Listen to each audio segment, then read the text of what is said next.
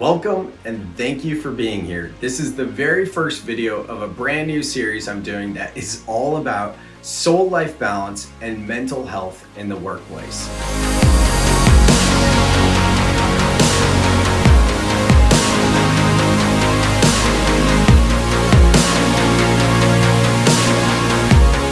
So for many of you watching this, you may not be familiar with soul life balance. However, you have heard about work-life balance. So I'd like to start by introducing this concept of soul life balance. First and foremost, it's so important for us to understand the archetypal energies of yin and yang. First off, the yang energy represents how we show up in the world. It's about obligation, structure, doing, achieving, and being in this 3D. Whereas the yin energy is about receiving. It's about softening. It's about using our intuition and really a connection of our inner landscape of what's going on within. The issue that I see with work-life balance is that work and life both require yang energy. Now, if you think about it, what do we do in work? We have meetings, we have deadlines, we have obligations, obviously to show up, projects and tasks. Well, in our daily life, outside of work, we have similar obligations. Maybe it's taking care of your kids, your pets, or even your health. Any of these things, we have ways that we need to show up in the world. And if we're lucky, we have just a little bit of time for our own self-care, whatever that may look like to you. So the issue with work-life balance is it's all about yang energy. It's about how we show up in both work and our life. And another thing that's very important to remember is that we don't have a work life and a personal life. No, we're living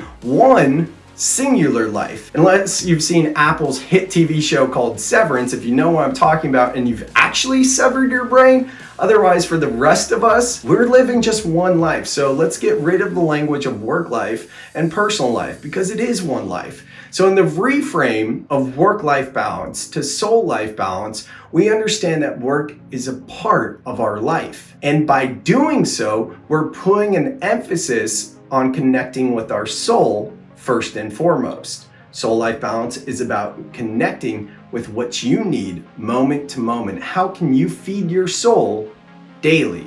It's just like the metaphorical oxygen mask on an airplane in case of emergency. If there were an emergency, you put your mask on first, then you help others. That's the same way we need to show up in the world, and that's why we're facing this mental health crisis. And the mental health crisis doesn't escape the home.